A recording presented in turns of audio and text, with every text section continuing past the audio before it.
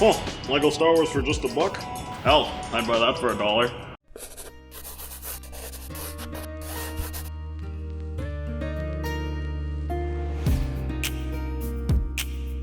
Hello everyone and welcome back to Game Raider, the series where we take a look at a game to determine if it's worth your time or if it ain't worth a dime. Or, in this case, $1. Today's title on the grading list is LEGO Star Wars 2, the original trilogy, the sequel to the highly rated 2005 LEGO Star Wars, the video game. So without any further introduction, let's get to building. Taking a look at the graphics, LEGO Star Wars 2 does an excellent job of providing the player with the feeling of playing with LEGO. Most of the environments are almost entirely made up of LEGO bricks, not to mention that all playable characters are perfect representations of the real-life minifigures.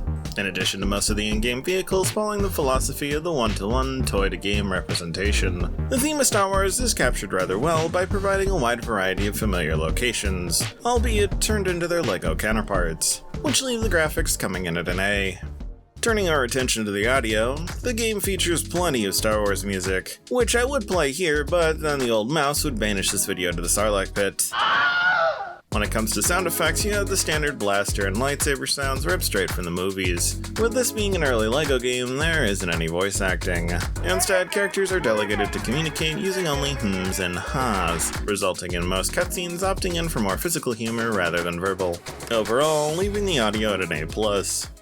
Moving on to gameplay, this game features levels based on episodes 4, 5, and 6, with each episode broken up into 6 levels. Oftentimes 4 to 5 ground-based levels and 1 to 2 vehicle-based levels, which gives a nice change of pace to the gameplay structure. During each level, you play through one of the noteworthy sections from each of the films. For example, the trench run from A New Hope, the Battle of Hoth from Empire Strikes Back, and the Vader-Luke fight against Palpatine from Return of the Jedi, just to name a few. In terms of combat, you have 3 main character types: blaster characters, lightsaber characters, and droids. The most prominent combat style featured throughout the game are the blaster characters, as they're featured in almost every level of the game. They come equipped with a blaster, obviously, which has a generous auto-aim feature alongside a grappling hook and a dodge mechanic, while bounty hunter blaster characters also carry thermal detonators for opening hidden areas. Droids are primarily used for opening doors or activating platforms.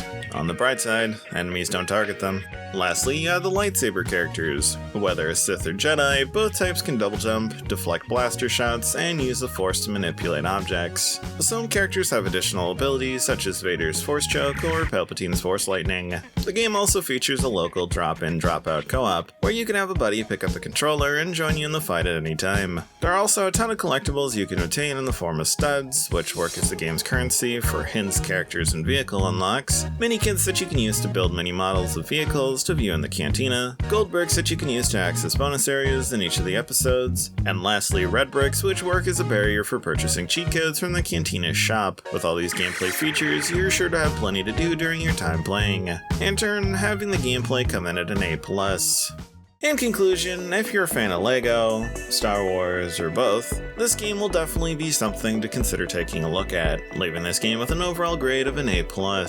If you enjoyed, be sure to leave a like, and if you're new to the channel, be sure to subscribe so as to not miss any future episodes of Game Raider. Also, feel free to leave a comment down below with a game that you'd like to see covered for a chance for it to be featured in a future episode. And with that, I'll see you in the next one.